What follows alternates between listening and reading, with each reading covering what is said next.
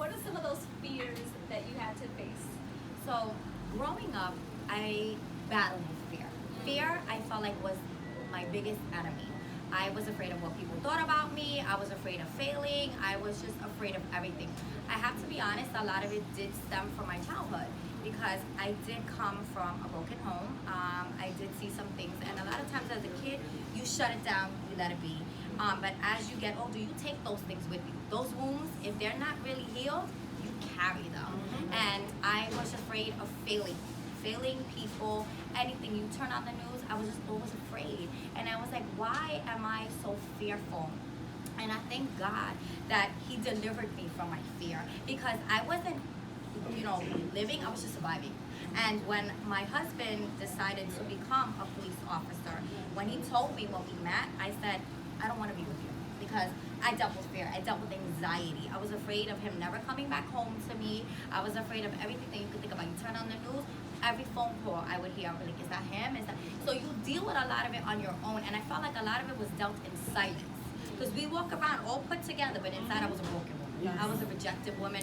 I dealt with a lot of stuff, and I kept it to myself, and I put it on real well. You would never know, Did your husband know?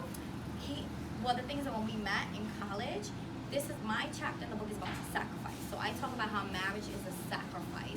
And when I met him, he told me he wanted to become a police officer. And I was like, I don't think this is gonna work. But he still pursued me. And because he loved me so much, he didn't go into becoming a police officer right away. And when his job shut down, he was like, this is my time to leave. And I knew that I loved him too much. And I knew this was his purpose. And like Joy said, you learn to make a sacrifice. Yeah. I learned, God, you need to deal with me. Because if you put me with this man, then I know that I don't have to walk in fear anymore. And I'm saying that to say that I'm brave today, and I'm courageous, and I'm walking by faith. Because when you trust God, He heals you, He delivers you, He sets you free. I'm not afraid anymore. Like, when we did this book and Joy warned us, she was like, there's some people that don't like law enforcement. You're gonna get the wrath of it. And I got to the point where I was like, I can't be afraid of what they're gonna tell me or what they're gonna think of me, because then I'm not doing what God called me to do.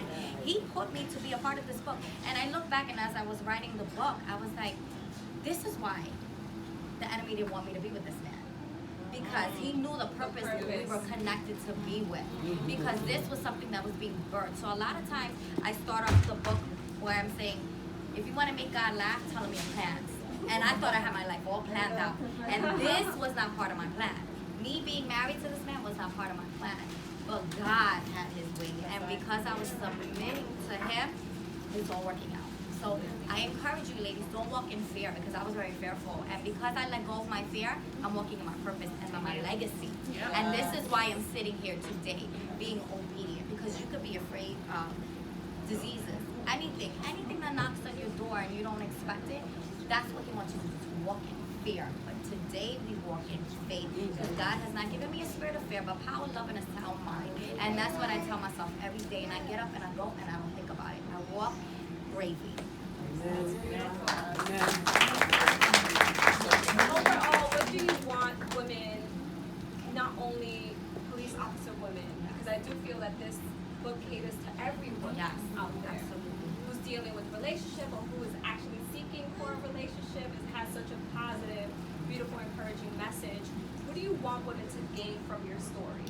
So the one thing I want women to gain from my story is you're not alone. A lot of times we suffer in silence. And I feel like it was time for us to courageously open our mouths and share. Because it'll shift. My life has shifted in a matter of months, I tell you. It's been months. Because before she shared, I'm a mother of 2 young boys. So I have a 1-year-old, I have a 4-year-old. Before I became a mother, I'm a teacher. I've been a teacher for 13 years. I'm an elementary school teacher. I love kids. Right now, I work with kids with special needs. So I've always had a desire for kids. Being a caretaker is something that I love to do. So when my husband and I decided to start a family, I was excited. And I remember I was in a marriage enrichment program, and it's in the book. And we just learned everything about marriage. And I came from a broken home as well, so I didn't know what a God-centered marriage looked like. So the church taught us, and I got pregnant right away. And I remember I shared, I was so excited. But then after a few weeks, or months, I had a miscarriage. And I remember it was one of the most devastating moments of my life that Millie can vouch for it, because I didn't even want to get out of bed. That was the first time I could say I was truly depressed, because I was like, wow, life was taken from me. What? When you want something so badly and you think that you can never get it, I was like, wow, I might never be a mother. And I lived with that. But then I learned how to stand on God. And He restored it. And right away He said, you're going to follow me. And I'm out of 3 months, I got pregnant again. Those are my miracle boys.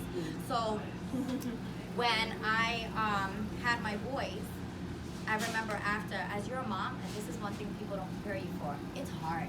It's very hard. You don't want to talk about it because you don't want mommy guilt. You feel like there's a lot going on. And being moms to law enforcement officers, you're doing it alone. A lot of times I was alone, and there will be moments, like even today, I'm going to give you an example. Last night we were out in Brooklyn promoting the books. This morning, my husband had a double shift. My son, I get home 11 o'clock, the other one is waiting for me. Running around my 1-year-old. He doesn't go to bed until 2 a.m. 2 a.m., my son wakes up at 3 crying for his daddy. Where's daddy? Where's daddy? Where's daddy? Daddy got stuck at work doing a double shift. Didn't sleep all night. I'm here this morning. So a lot of times you don't know what we deal with because we don't talk about it. We are so quiet about it. So what I want for us is a support group. I want us to come together and say, you're not alone. Don't suffer in silence. We are here to support you.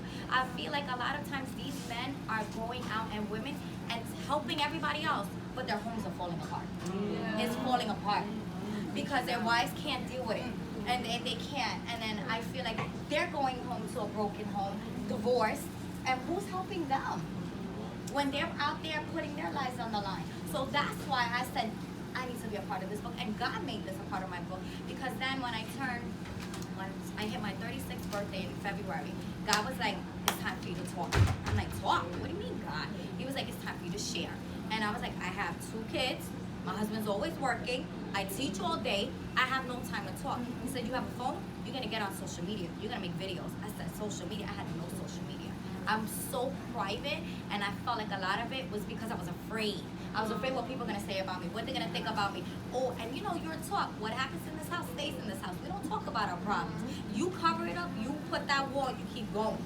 And I feel like, no, people are dying inside. People are walking around, they're hopeless. And that's why this is why we're giving them hope. You're not alone.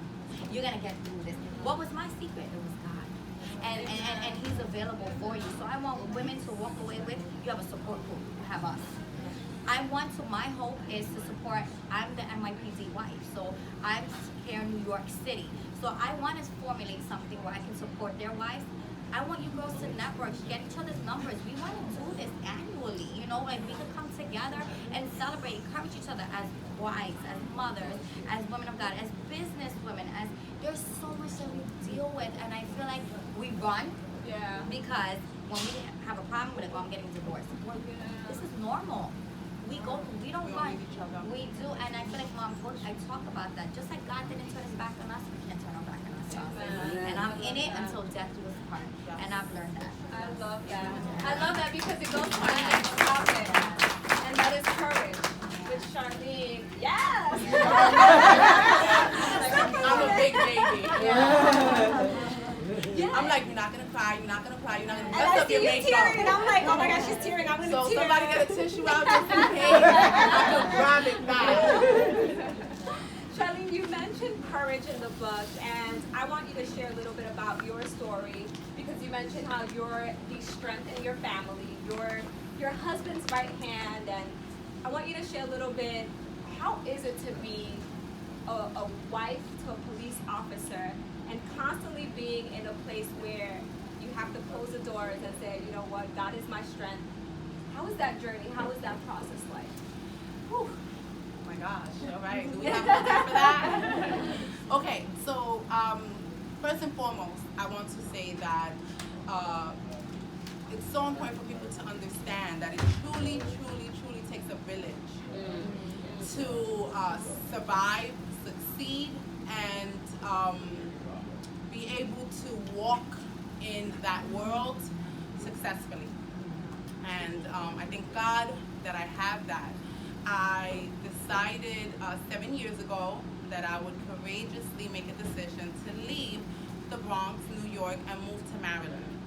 just myself, my then boyfriend. We weren't married. No, we were married when I moved, but he went before me, and we were just boyfriend and girlfriend. We had been together for 6 years, and I had a 6-year-old at that time that he's been in her life since she was 11 months old.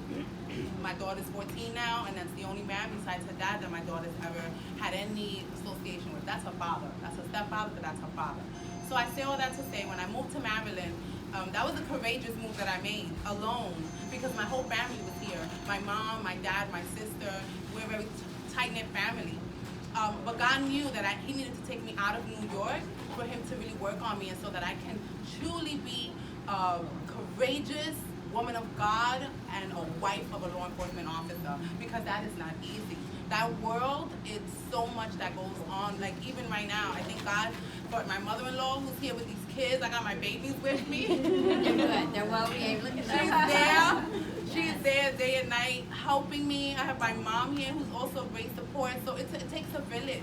But to answer your question, it's specific about being married to a law enforcement officer and being courageous. Every day I find my strength, because we fall and we get back up. So every day I have to pick that shield up again and say, I'm going to be courageous and I'm going to support my husband. And it's like being a single mom. Yeah. It is like being a single mom. There's so much that I do that I don't even know how I balance it. And my husband right now, literally, what time is it, guys?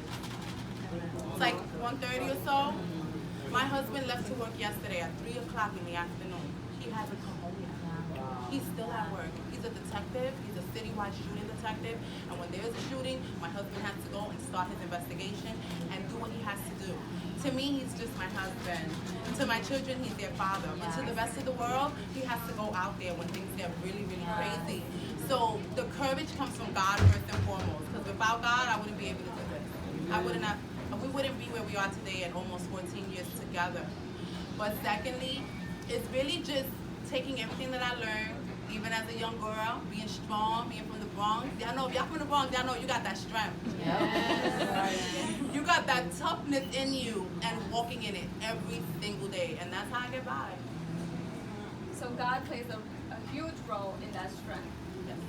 And every time that you feel not lonely, but I would say in Oh, a I get space lonely where- many times.